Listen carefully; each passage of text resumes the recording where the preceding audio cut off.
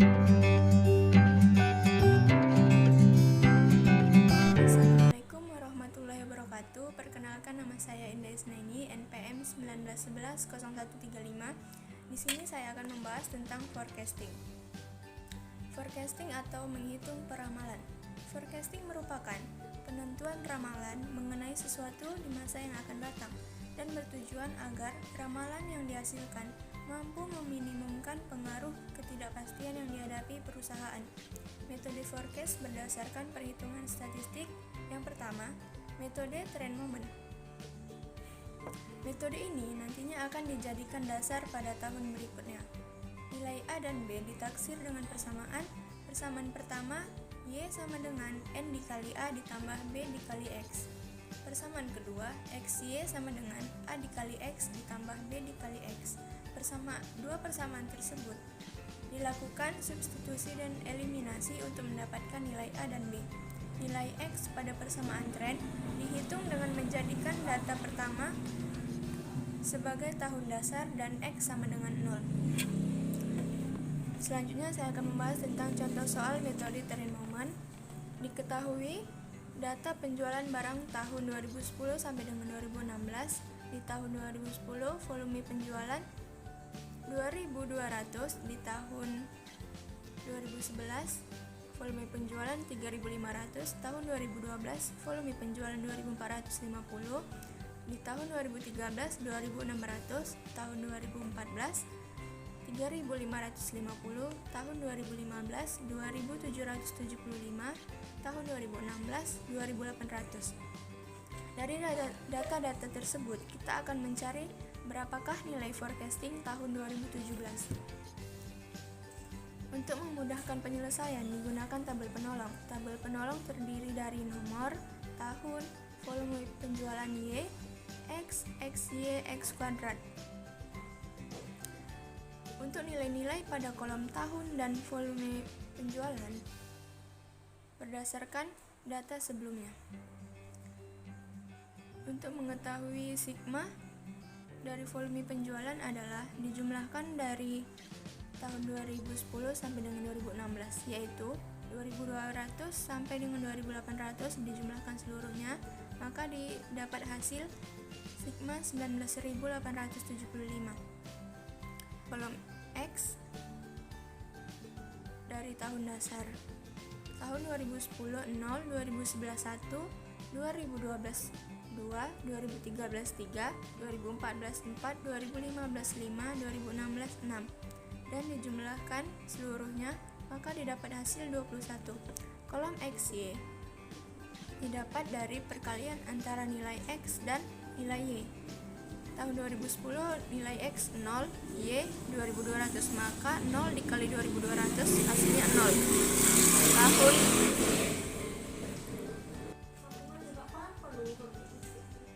di kolom XY didapat dari perkalian antara nilai X dan nilai Y. Tahun 2010 X 0, Y 2.200, maka 0 dikali 2.200 hasilnya 0. Yang kedua, X dikali Y sama dengan 1 dikali 3.500, maka hasilnya 3.500. Yang ketiga, 2 dikali 2.450 hasilnya 4.900. Yang keempat, 3 dikali 2.600 hasilnya 7.800. Yang kelima, 4 dikali 3.550 hasilnya 14.200. Yang keenam, 5 dikali 2.775 hasilnya 13.875. Yang ketujuh, 6 dikali 2.800 hasilnya 16.800. Maka seluruhnya dijumlahkan didapat sigma 6175. Kemudian di kolom X kuadrat didapat dari pengkuadratan nilai X. Tahun 2010 0 kuadrat hasilnya 0, 1 kuadrat hasilnya 1, 2 kuadrat 4, 3 kuadrat 9, 4 kuadrat 16, 5 kuadrat 25, 6 kuadrat 36. Maka didapat hasil 91. Dari data-data tersebut didapatlah dua persamaan. Persamaan pertama, 19.875 sama dengan 7 dikali A ditambah 21 dikali B. Maka 19.875 sama dengan 7A ditambah 21B. Persamaan kedua, 61.075 sama dengan A dikali 21 ditambah B dikali 91. 61.075 sama dengan 21A ditambah 91B. Maka dilakukan dengan dua metode, yaitu metode substitusi dan eliminasi. Yang metode substitusi, persamaan pertama dan kedua dimasukkan. Persamaan pertama 19.875 sama dengan 7A ditambah 21B. Persamaan kedua 61.075 sama dengan 21A ditambah 91B. Persamaan pertama seluruhnya dikalikan 3, persamaan kedua seluruhnya dikali 1, maka didapatlah hasil 59.625 sama dengan 21A ditambah 63B. Persamaan kedua didapatlah hasil 61.075 sama dengan 21A ditambah 91B. Maka dikurang hasilnya, didapatlah hasil min 1450 sama dengan 0 dikurang 28B. B sama dengan 51,78. Metode eliminasi. Persamaan pertama 19.875 sama dengan 7A ditambah 21B. 19.875 dikurang sama dengan 7A ditambah 21. Sebelumnya B telah diketahui, yaitu 51,78, maka 19.875 sama dengan 7A ditambah 1087,38. 7A sama dengan 18.787,62, maka didapatlah A sama dengan 2.683,94.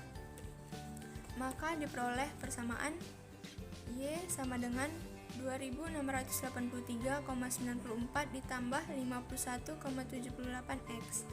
Untuk mencari forecast tahun 2017, yaitu Y sama dengan 2.683,94 ditambah 51,78X.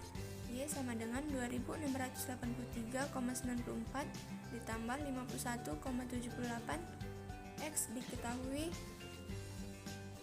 jumlah tahun dari 2010 sampai dengan 2016, yaitu 7 tahun. Maka Y 2.683 dikali 94 ditambah 362,46. Maka diketahui Y sama dengan 3046,4 dibulatkan menjadi 3047. Sekian metode trend momen dari saya. Metode semi rata-rata atau metode semi average. Metode semi average digunakan untuk peramalan dengan membentuk suatu persamaan seperti analisis regresi. Metode ini menentukan bahwa untuk mengetahui persamaan Y sama dengan A ditambah BX, yaitu membagi semua data historis menjadi dua bagian dengan sama besar. Metode ini terbagi dua, yaitu metode semi average untuk data genap dan metode semi average untuk data ganjil.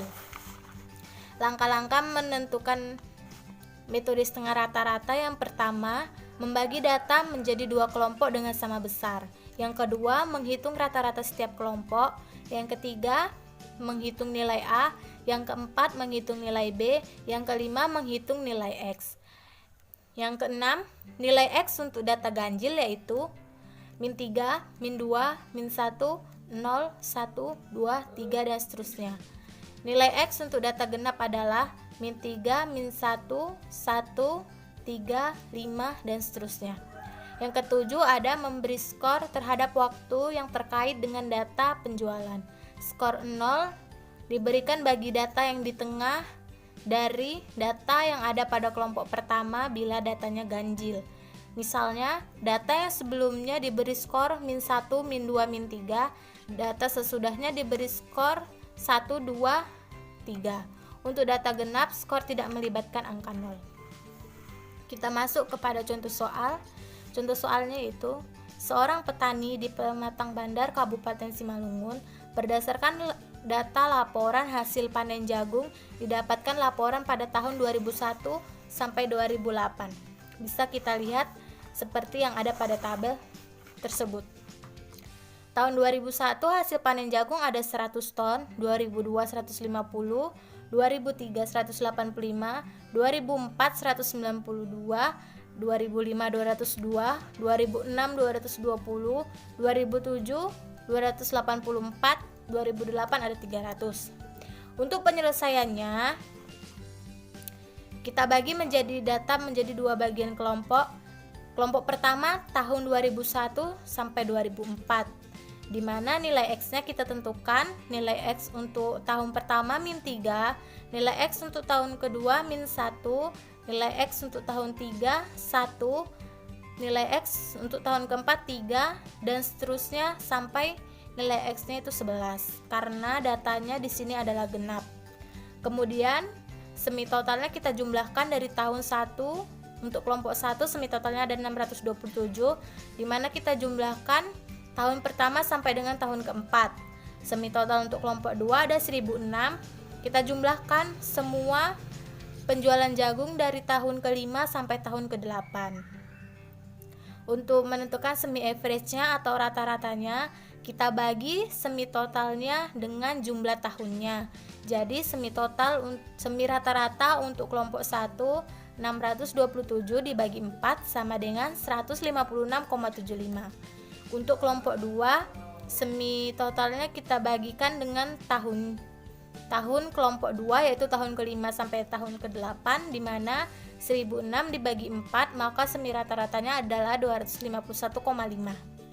Nah, dari situ kita ketahui bahwa N-nya itu sama dengan 8. Kemudian rata-rata kelompok 1 156,75, rata-rata kelompok 2 251,5.